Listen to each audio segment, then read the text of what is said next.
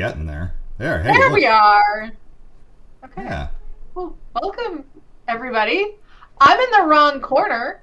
No, you're in the right corner. I'm in the left corner, but so it goes. Now I forget how we do this. Do we do the countdown before we do introductions? Oh my gosh. Would you like? I'll just start the countdown for you. Thank you.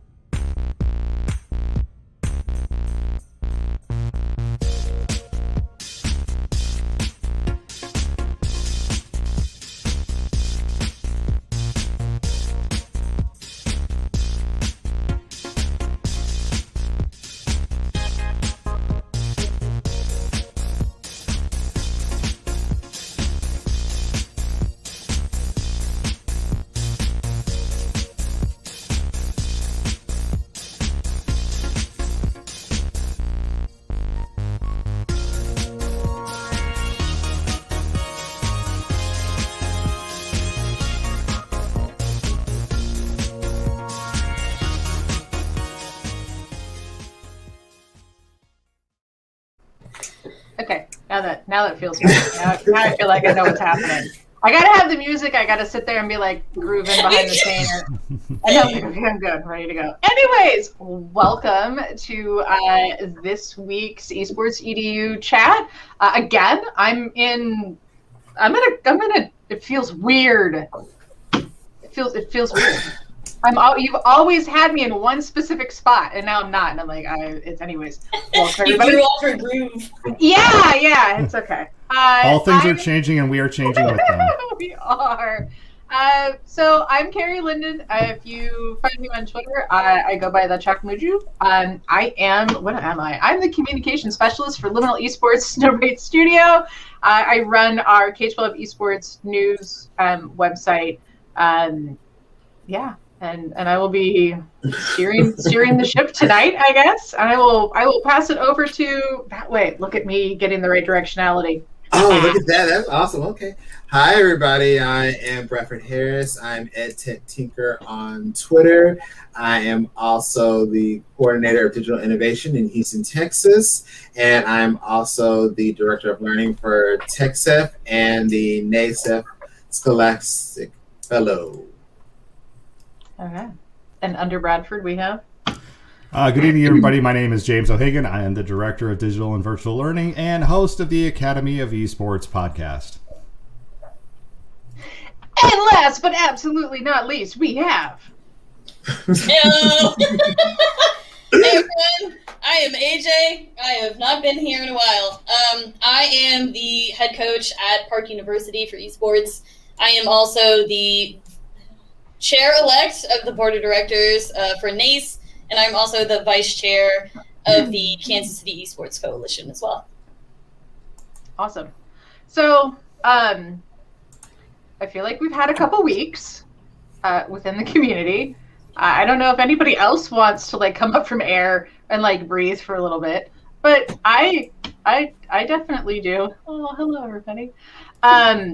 So I feel like we were talking earlier, and I feel like it could be really easy for us to go into sort of a negative space with everything that's happened in the last couple of weeks, and we don't want to do that. We want to keep everything sort of positive and put a good spin on everything. So tonight what we want to focus on is sort of addressing some of the issues that we've seen, but in a positive way. So what's come up kind of in the last I don't know, couple days, couple weeks, we've seen it brought up with Playversus. Though we've seen it brought up this week with HSCL and NASEF is questions about what we are expecting from leagues and organizations and what we want to see from them. And so when news drops or data drops, there's a sort of knee-jerk reaction that happens from the community because we are expecting things, but those things aren't necessarily expected within the industry. So I feel like we've gotten to a point now where we've been in the esports EDU sector long enough that as consumers, we kind of know what we want to see. We know the data that we want to have access to. but that isn't necessarily the norm. Like I saw a lot of people in a Discord this week, well, people, they should be doing this and they should be doing this. And it's like, well, but do you ask for that? Like when you're checking out leagues, are you asking for information about their demographics? Are you asking about how they're qualifying their data? Like, are you actually looking for any of that and trying to solicit that from them? So I wanted to kind of open up this conversation of like, exactly what is it that we do want to see? What do we want the new normal to look like in regards to league and organizational transparency? Well, I have some thoughts. Well, look, it's no secret that I don't know if you'd call me a bellwether or what you'd call me with things. I could tell you that there was some announcements made recently, the alliance, we will call it, between HSCL and NASEF. And I had a lot of people pinging me saying, what do you think about this? What do you think about that? And right now, I'm kind of, I let's be honest, I don't have a lot of bandwidth for the drama right now. And I think I said that. I love it. I need a shirt made. I just, and I don't have, and it is, there's some snaps. and I don't have bandwidth for the drama right now. And all I have are questions. But to be fair, these aren't questions that are necessarily going to get answered on day one. But one of the things that I'm going to be looking for, no matter whether it's play versus, because guess what? I went after play versus again last week over, saying, hey, we're in 43% of schools, which, when I think about it, if they're in 43% of schools, that may be true. But is it one student in a school? Is it a team? Like, define what 43% is, quantify it and qualify that statement for me. Because if you only have 25,000 kids in your league program, that you're talking on average, 2-3 kids a school. That's not enough necessarily for a team. Yeah. So the thing I'm looking for in all of this is as you're saying, Carrie, it's not just transparency, but transparency of leadership. I don't want there to be virtue signaling. I don't want it to be where, hey, look at our amazing advisory board made up of this really diverse group, but then the real decision makers are white male. Or, I want to be able to take my team and put it in a league or an association that reflects my values and the values of my school district, and that's a hard thing to find right now because there's so much in flux, especially, the world in the scholastic esport world, at least on the competitive side, has been turned upend. But here's the good thing. The work that we're doing as teachers, again, I always said, if these companies go out of business, so what? We still get to continue the work that we get to do, and we get to do it in the way that we want to. There's nothing that says we have to use HSCL. There's nothing that says we have to use Play Versus. There's nothing that says we have to use NASEF. As Grace Collins showed out in Hathaway Brown School, if you don't find something you like, make it yourself, and you can build it very quickly in a very small area. Yep. I think it's important to also say, like, when we're having this conversation about what we expect to see from leagues and orgs, that includes, local and state entities. Like that's your district organizations as well. Like I feel like we should create a norm so that, when we're having conversations, I've always said, like, I would love to see an annual report come out. Like if you run an esports organization, even if you just have a program, I feel like we should get in the habit of tracking our demographics, looking at our retention rates, looking at, what games we're playing, where does our funding come from? Like there should be all these things that we're looking at that if somebody asks, like if I reach out to you, to write an article on your program, that you could send me a white sheet, like, okay, this is our stats from 2021. We had this many students, this many of them were in this economic bracket. We represented these particular ethnic backgrounds, these genders were represented, we played these games, we were supported by these leagues, what was the retention rate, even things like, grades, like what impact did this have on academics, like diversity of their offerings, so that exactly what the program is offering. Because we have a lot of we do a lot of education, but you don't ever see the evidence of like that curriculum on their website, so you really don't know what other education is happening beyond scrims and we play games and do tournaments.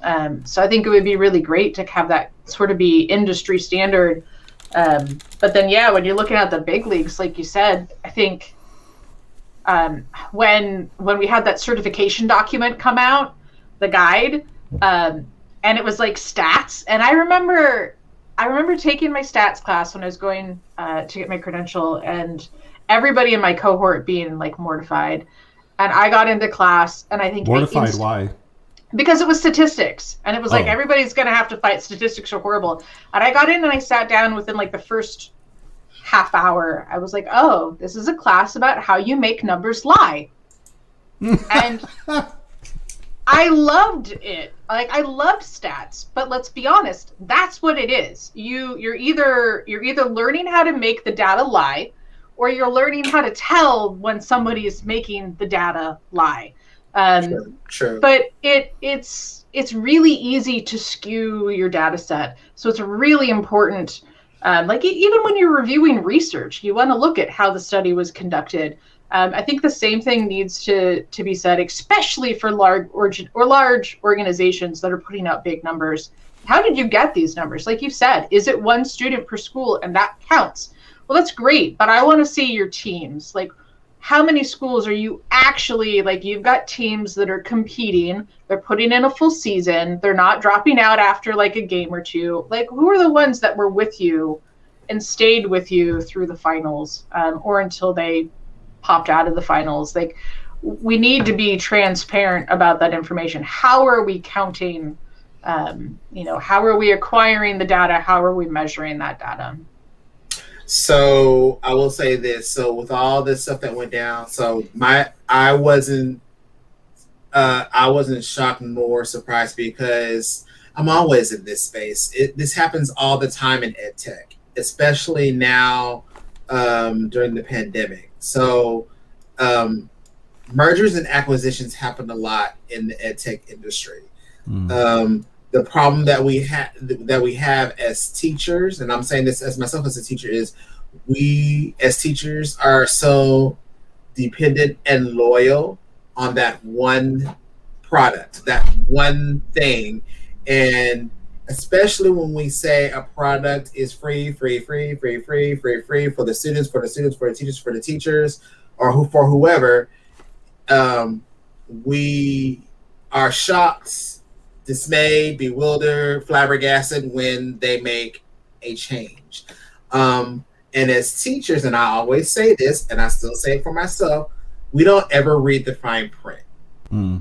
And that's, unfortunately, that is our fault, because, and I said it to a friend today in Discord, at the end of the day,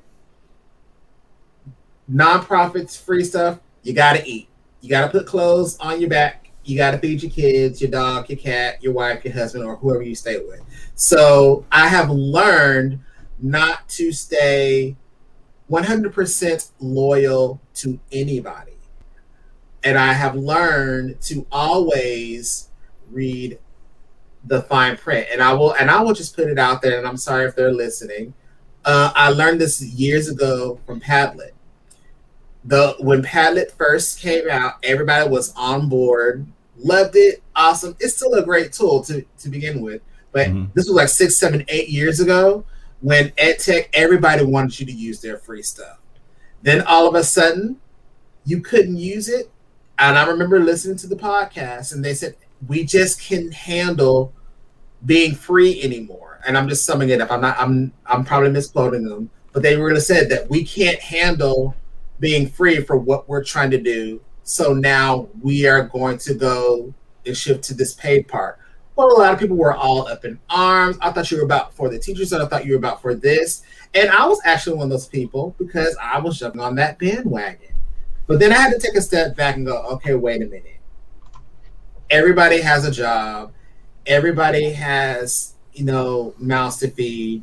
But it's how you deliver the message to people. Now, I'm not saying Padlet did anything wrong. I don't even remember how they did it years ago. But I say all that to say is, you have now with this pandemic, you have to be mindful of what you're going to stay loyal to and who you are going to let go of. And if you're willing to let go of something, realize that you're going to have to put the work into it. Now, I will say this. A lot of people that I have talked to have said, you know, I may just shift and do things on my own.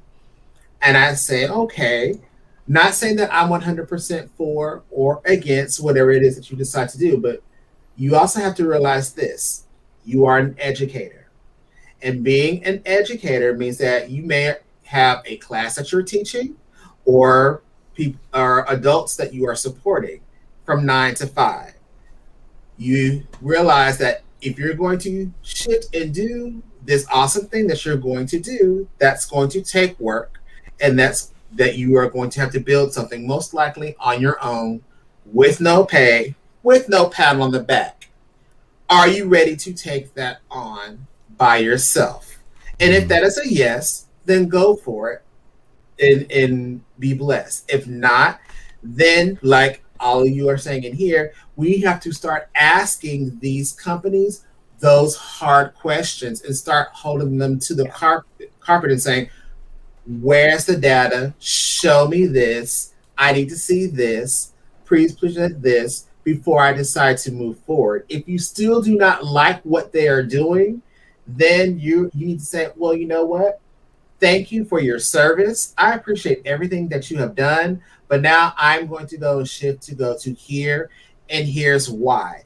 And be honest with them and say, I'm moving forward because of A, B, C, D. You're not delivering what you have promised, and now I'm moving forward. And what that does to vendors is that scares them, because they're not thinking of the educator. They're thinking, oh my God, we're changing from this to this. Mm-hmm. And we are trying to figure out how we're going to make this money, which was what we're supposed to do, but we've never thought about what the educator is going to think.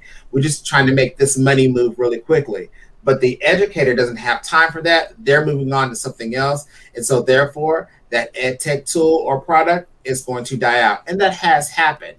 So I say all this to say, now educators, you have to start looking at, like we talked about CARE before, like looking at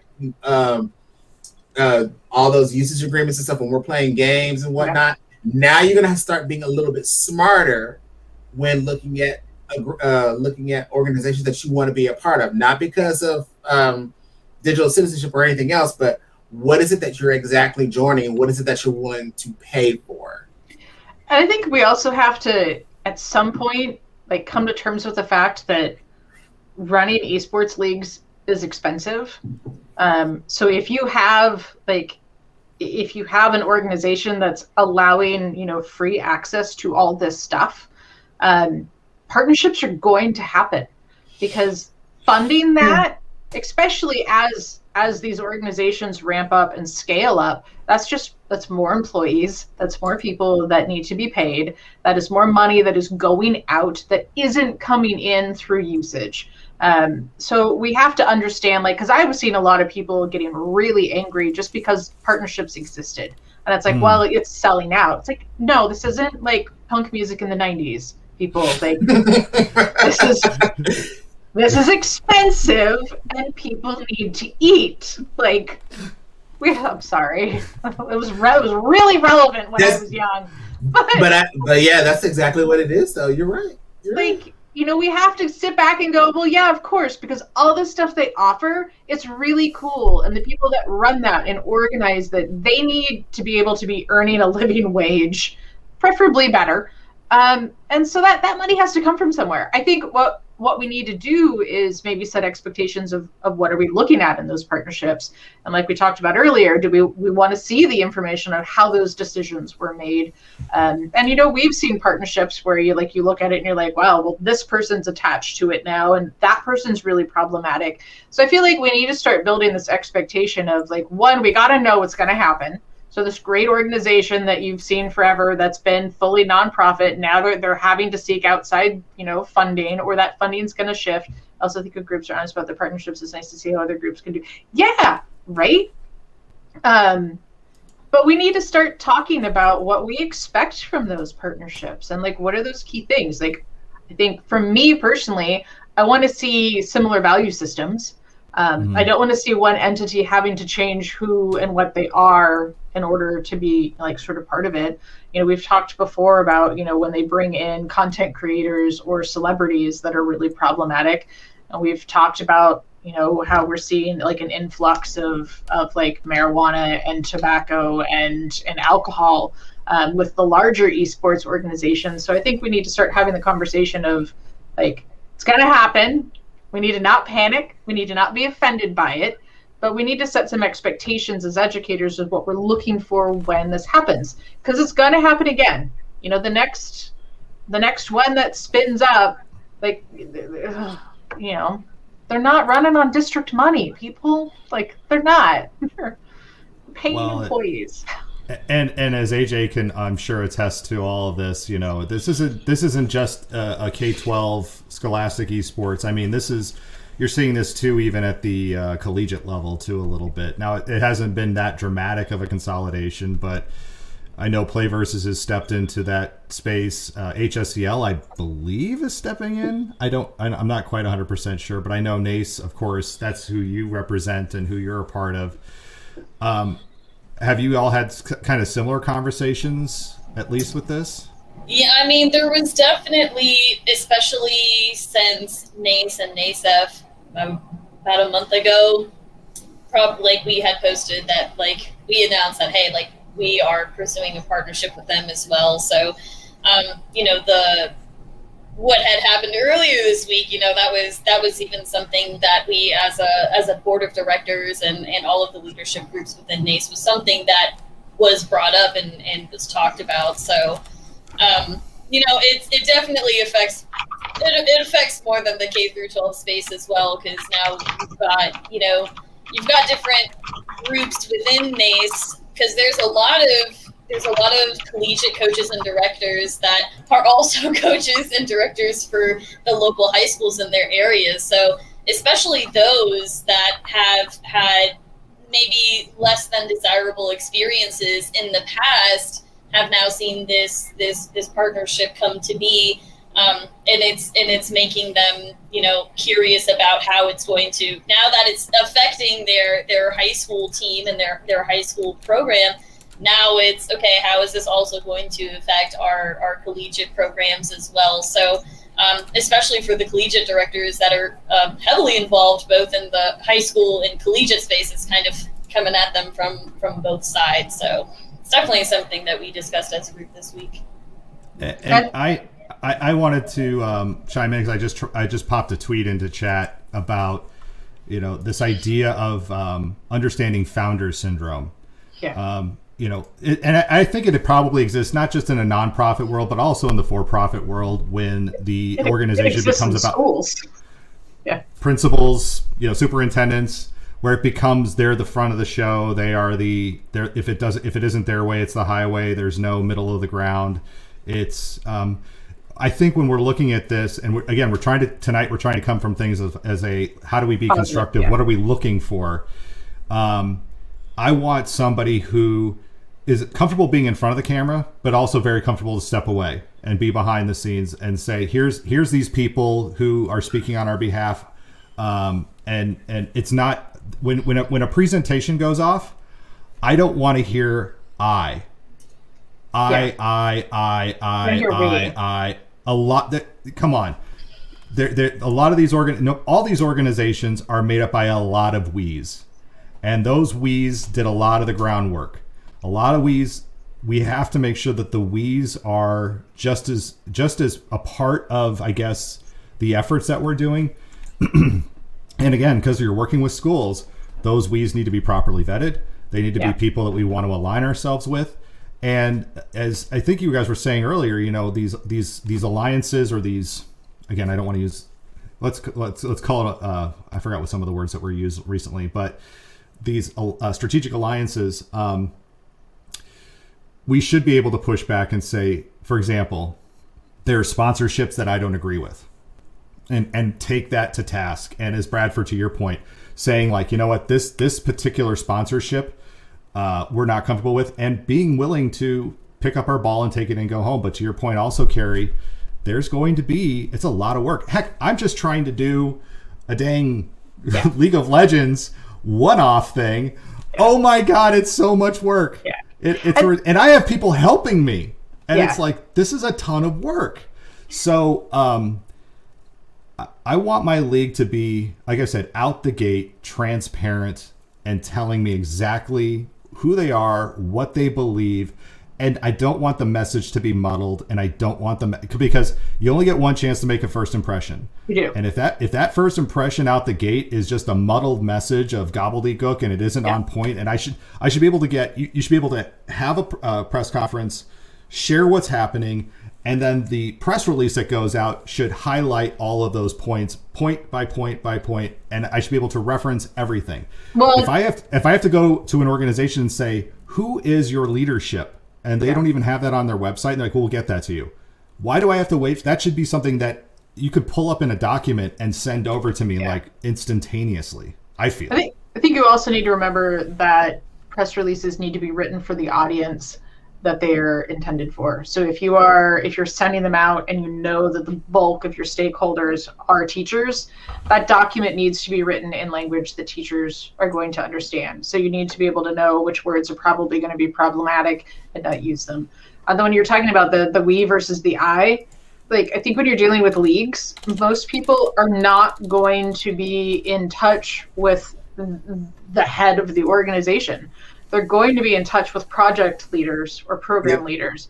And so when you have a big change that is potentially disruptive, having the head come down and talk, it's great, but there's a disconnect there that exists. Having the program leaders, the people that everybody already has trust in, that they already are familiar with, they've already had FaceTime with or talked to or sat in a meeting with, that potentially has the ability to, I think, put out a lot more fires. Because there's already a relationship developed there that is a little more reciprocal. So I think that's something that, as more organizations get ready for transitions, that they sort of think through in advance is who is the voice, especially when you have a community that's in a state of distress. Who are the right voices to have come in and talk, and how do you address all those concerns? So I guess, what else are we looking for? Because I could think of transparency, right? And I want to be able to just, have numbers that I can verify very easily. Again, we're talking about schools. We're not talking about private business. We're not talking about anything else. Doesn't matter, K-12, scholastic, collegiate, whatever. I gotta have a sense that not even just that the org reflects my values, but the people working for it. And that they respect those people. Like, if those of us who are educators, right? If you're in a school district where teachers are mistreated every day, right? Do you go work for that school district? I don't. If I knew that there were teachers who were getting screwed over every day and there's contentious things constantly going on, I'm not saying, in a big school district that may be different, but let's go by school building by school building. But also in the org itself, if I'm finding out that staff are being mistreated or misrepresented or whatever, that's a huge problem for me too, because I again, when schools get into this isn't like doing business. I'm not here to make a profit. I am here to connect kids into a much bigger and better world. I'm here to build a community. Yeah. I don't want the org that I'm working with having a toxic community within that isn't reflective of the community that I want to have outside. I think that's there's got to be something, and I don't know how we do that. I don't know how we see that other than, knowing and developing relationships with people, because every place is going to be quirky and different. But I think that comes back down to the transparency. Like, when you look in an organization, you should be able to see who's there. Like, if you Google Liminal, there's on our about page, there's pictures of everybody that's on the staff, from our junior developers to me to our CEO. We're all there. So you can see exactly who works there. You can see what roles that we're in. I think that's beneficial. I think, things that... And I love that too, by the way, because it tells... We're all there? Well, not just that you're all there, but that you have like little bio things about you, and, it makes you feel connected instantly. Yeah. I think we might have to start looking about, like, what are the positions you're looking for? You're looking for a diversity and inclusion position. You're looking for an HR position. You're probably looking for an education or a head of education position, especially with esports leagues that are not district run. I think we need to start identifying what are those key job titles that we want to see. That way, when we go to the website and we look at it, we're like, yeah, they've got diversity and inclusion. They've got, a head of education. There's somebody who's working on this and that. And who they are, and maybe there's an email attached so you can reach out to them if you need to. I think that's all, and I'm going to have to pop in just a second. So. I'm going to agree with what Carrie is saying. And looking back at this, I'm going to say if you are tagging yourself as EDU, I think your EDU organization needs to reflect what a district or a school should look like. So there shouldn't just be here's this educator person that's representing EDU, but and I thought about this today, your board should represent all of EDU. If you're calling yourself Scholastic and EDU, your whole entire system should reflect all of it, not just here's this one. I'm the one person who has no tie to education at all, but here's these other people down here.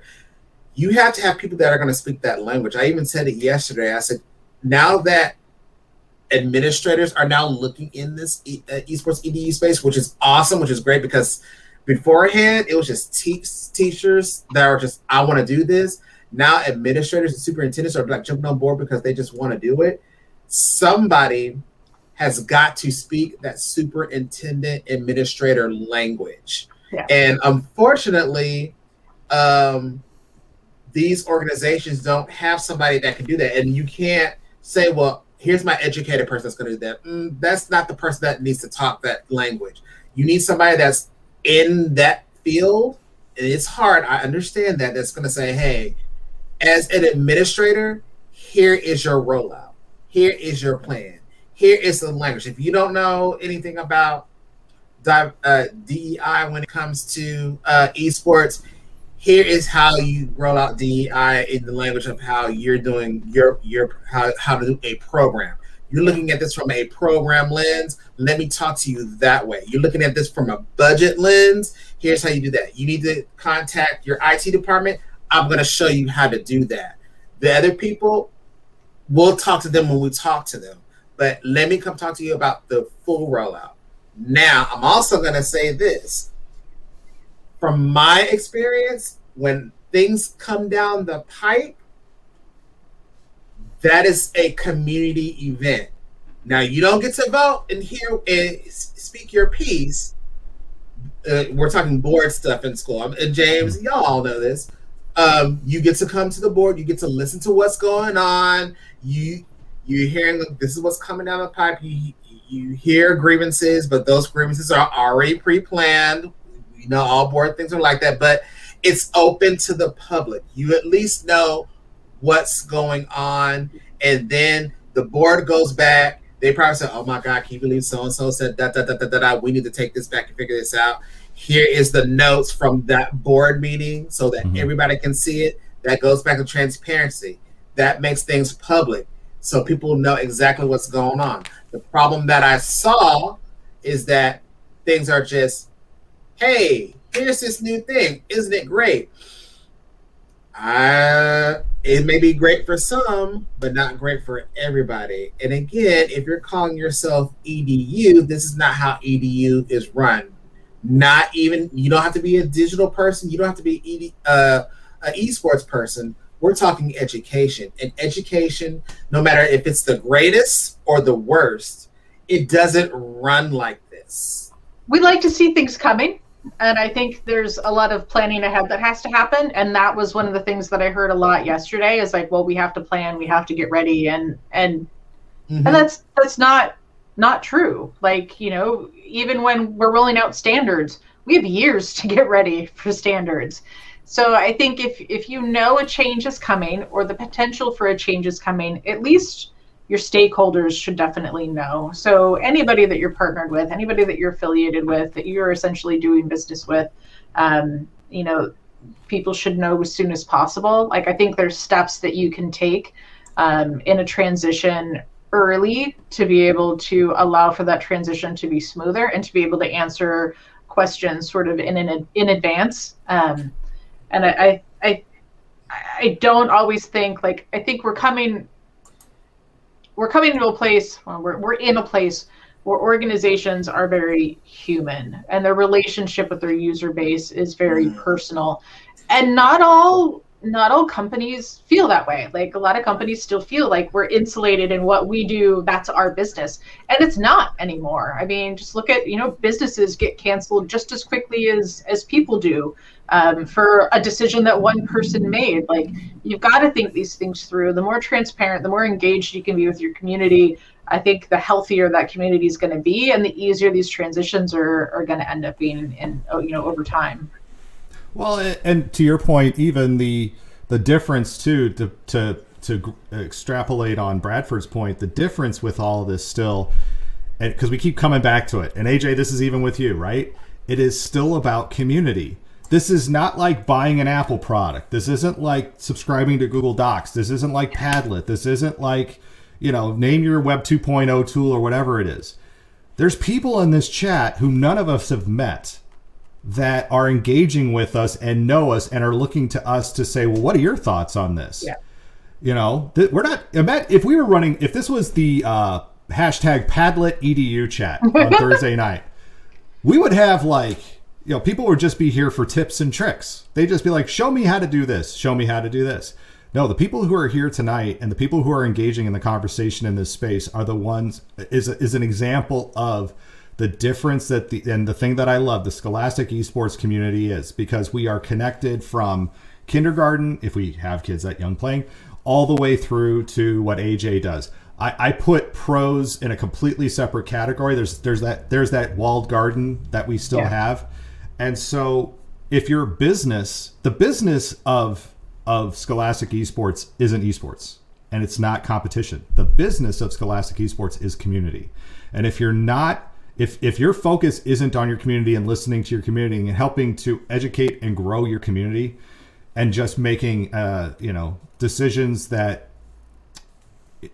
we just go, we look back and go, why? And you can't really explain why. That can be harmful to the community. That could set the community back. That could schism a community, could fracture a community. Even on the some of the Discord messages, I was seeing some very big fracturing between people who I could see both sides of the conversation.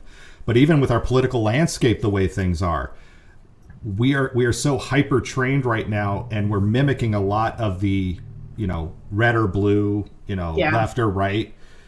Right or wrong, everything right now is so black and white. There's tons of gray in here too, and again, that's why I don't have the bandwidth for the drama. I'm kind of just standing back and just saying, look, I have my opinions. I've asked my questions, and that's what we should all be doing. But if your business is community, your business is totally different than, again, the profit margins or anything else that comes first, because you can't quantify community in a dollar and cents, unless you're Facebook, I guess. I don't know. And you're selling ad revenue at that point.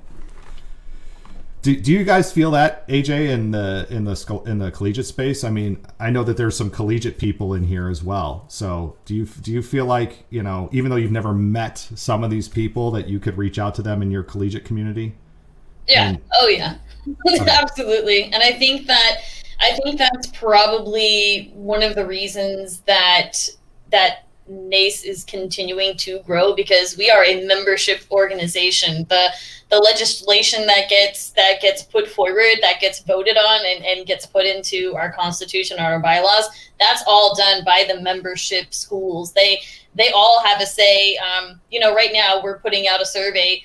We just want to know what do our institutions want to compete in. So everything that we've done as an association is all just based on what the membership tells us that they want out of our association, what they need, what their students need. So I think that space in particular, just like you said, trying to listen to the community and trying to give the institutions the support that they need, and give give the competition and all of the other good bits that come with it to the students at those institutions. Because at the end of the day, we all know that's what it's about, right? So we've done a huge, big focus on trying to even bring the students more into NACE as well. There's going to be some additional, groups that are hopefully at the NACE convention this summer that are going to be actual, student groups of NACE, and they're going to be able to grab students from different institutions that want to get more involved in NACE and in the process there. So hopefully, that's just continuing to build on that community, and including the students moving forward, I think is pretty crucial in the collegiate space for us. And if I may, I want to bring up this comment really quickly. The wake-up call for companies and orgs will be when parents, we have not even talked about parent engagement in any of this. No. And I know, Carrie, you're the mom of a gamer, and Bradford, you got kids who game, and I have kids who game. AJ, no kids, right? Not yet. Okay. The wake-up call for companies and orgs will be when parents finally really realize, I think he's meant, that esports is really a thing and that it is happening in their minor child's school, and that monetization, data privacy, and more are involved. For better and for worse, the question thrown at a conversation like the one online with NACE FHs will be a hell of a lot more demanding and spicy than what educators are so respectfully at. Absolutely. Yeah. And I think the respectfully asking is something that, like, before I pop out for basketball, I want to sort of plead with the educators, because it wasn't all respectful yesterday. Like, it straight up wasn't. And I think we have to understand that, like, we are educators, and I think we've got to put that educator foot forward at all times and be that good representation. That's part of modeling, good behavior in the internet and in our digital lives. It's okay to be concerned. It's okay to be hesitant. It's okay to not agree with something. We need to be respectful. We need to stop and take a step back when we're feeling really charged, jot down our questions or concerns, and then we need to find the proper channels to get those questions solved. Yesterday, there was just a lot of vitriol, and it doesn't, like you said, it all that does is create a divide within a community instead of helping to clarify the issue that was causing the duress to begin with. So I think we've got to remember that we're leaders, and we've got to make sure that we check ourselves, and that's hard because we get heated. But we've got to be the ones that are like, okay, I'm in my head right now. I'm gonna log off of Discord. I'm gonna come back in an hour, but in that time, I'm gonna think. I'm going to write down, this is what I need to know. And I'm not going to be talking smack. I'm just going to come back and okay, these are my questions. How can I get these answered? And with that, I gotta bid you. I gotta run to a basketball game. All right. Have fun. Yay, sports. Yay, sports! And also, Eric O'Brawl, my wonderful girlfriend, posts this as well, too. The potentially tragic thing is that it will be educators. And yeah, I think this is a point I made long ago about who is the ones doing the work, who are the ones who have to buy into this, who are the ones who, if an organization you invest a lot into folds and falls away, it's educators who bear the brunt of parent dissatisfaction when an esports experience doesn't go well, because companies have buffered themselves from the immediacy of feedback. Teachers don't have that luxury. If things go sideways, oh boy, yes, do we catch it? So everybody's all muted now. What? Oh yeah, I forgot. Yeah, I forgot. I muted myself. I was actually printing something, so I didn't want to hear. I didn't want the printer to be on. Oh, you and your paper. It's so adorable. It is adorable, isn't it? Yeah, this. Like I said, this whole year is just about like Carrie said, you're going to be mad. You're going to be upset if you don't like what you're hearing. But we got to remember why we're in this space as esports educators. And we're talking about the toxicity, and we're talking about, saying negative things online and whatnot. And then if we turn around and we're doing the same thing because we are upset, and we're not saying don't be upset. Yes, you need to be upset if you feel upset, but taking it out in that negative way on any channel, we don't do that. Yes, be upset, but go back and write down your concerns, get off of the social media platform, because that's just going to bring more fuel to the fire. And even though Carrie said about putting your educator hat on, we got to put our business hat on too. You got to be a businessman, businesswoman, however you want to define yourself, because I will tell you from experience, our vendors out there, our companies, they don't see educators like that. They don't see educators as, oh, you're talking stats and you're talking money. You're just a classroom teacher, or you're just a principal, or you're just a superintendent. You don't know this. No, there's a reason why you have a degree. There's a reason why you went through school, no matter what the degree or diploma is. You got some intelligence there. You know what questions to ask, even if they're not the right questions, even if they are naive.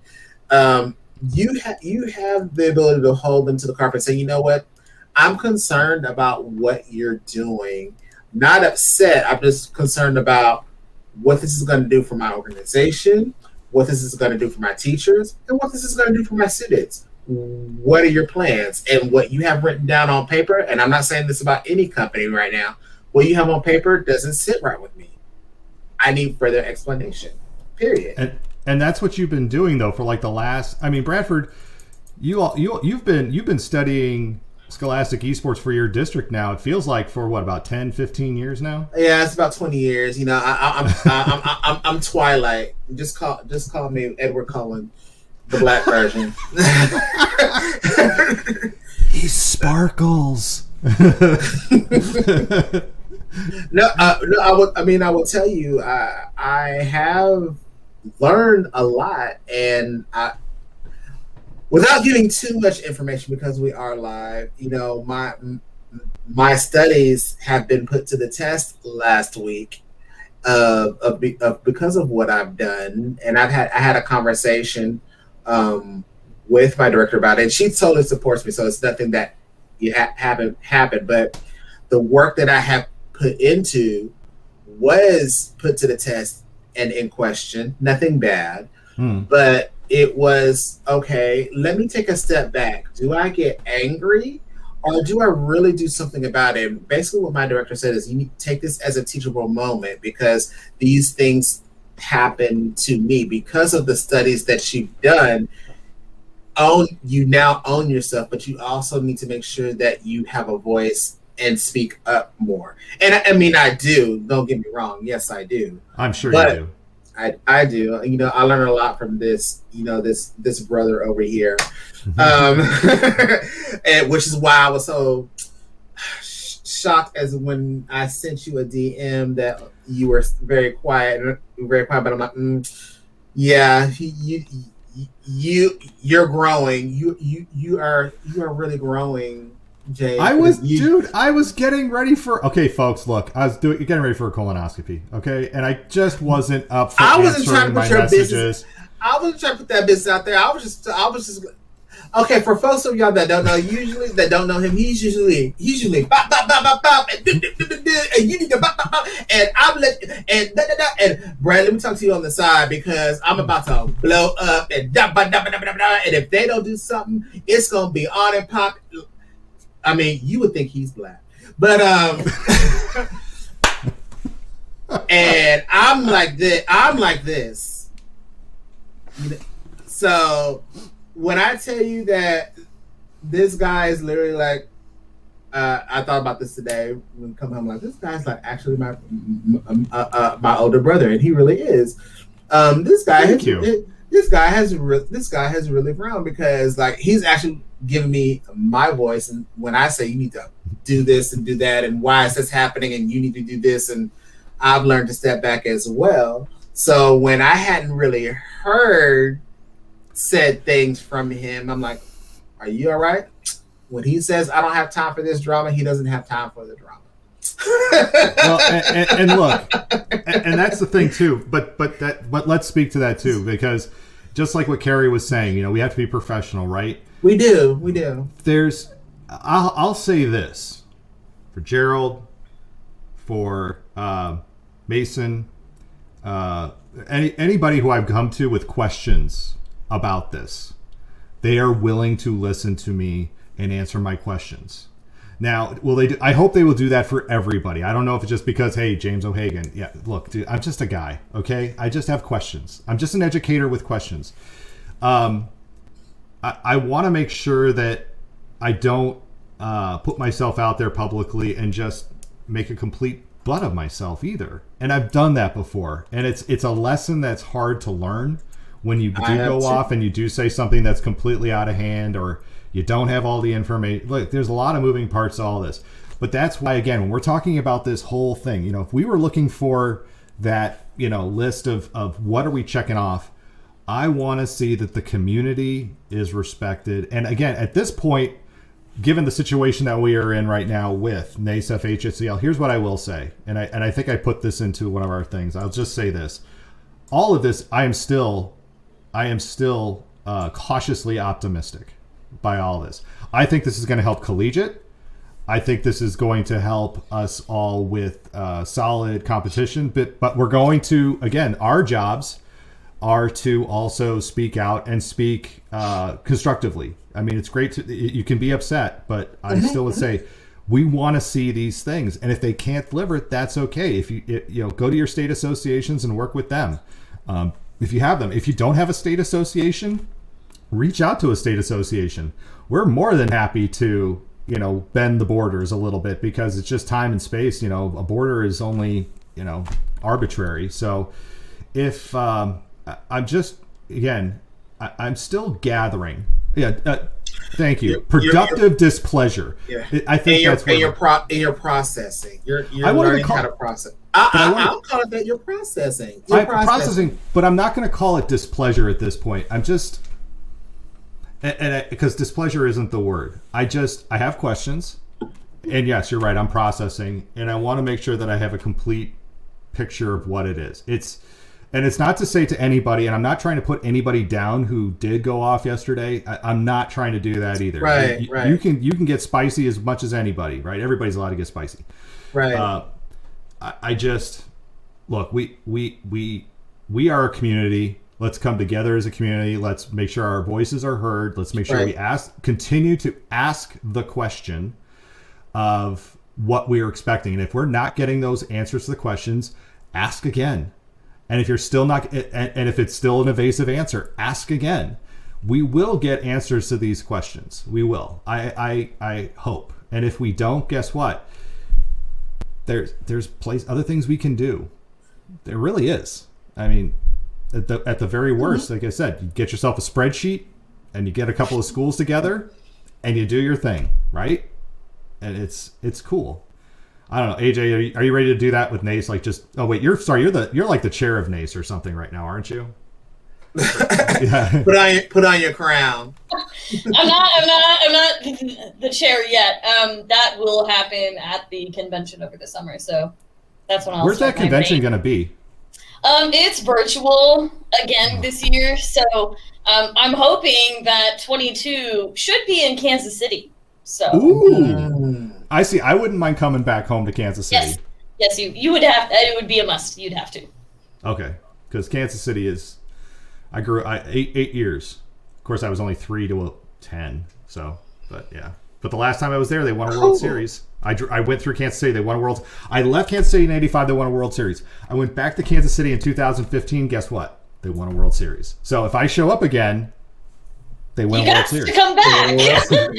But I'm a White Sox fan. I don't want that to happen. All right. Did we? I hope. And I'm looking in the chat, and I'm not trying to take over the show or anything, but I'm just looking at the chat. I hope that the conversation tonight was not. It wasn't elegant, but I hope it was helpful. I hope it was cathartic for some people. I think there's been some really great comments here tonight. Is WWSEF still a thing? I don't know. It is. The Worldwide Wrestling Scholastic Esports Federation? World Wrestling Scholastic Esports Federation? That would be awesome. World Wrestling Scholastic Esports Federation. I love that.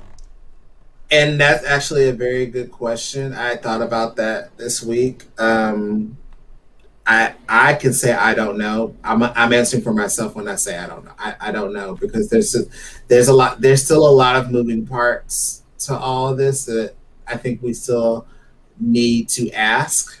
And I haven't seen the video press release. I know James, you said you did, but it's a good question. There's a lot going on, and I think this all boils down to as well is I'm still gonna chuck it up to the reaction to what's been happening this past year with pandemic stuff. Like we all just couldn't function, and some companies say you have something that I want, you got something that I want, and we got to figure this out because at the end of the day, we're not functioning the way we thought we were functioning. Because imagine if this pandemic didn't exist, would we be having this conversation right now? I mean, I think that's really what this is that things have changed. The way we look at things, the way organizations, because of this pandemic, has changed people's viewpoints on how things should be done. And you can't go back to an old method of doing things. And of course, James, we've gone down this rabbit hole too, even just plain old education. As we go back, are we going to go back to the same old, or are we going to move forward? So this is bigger than even just what happened these past couple of days. We're talking about even education as a whole, but let me stop because then, that's a whole other topic. And guess what, Bradford? You're in the driver's chair. You get to take us out. You get to put everybody on the spot. I get to put everybody on the spot. It's time for Jerry Springer's final thought? You need to stop.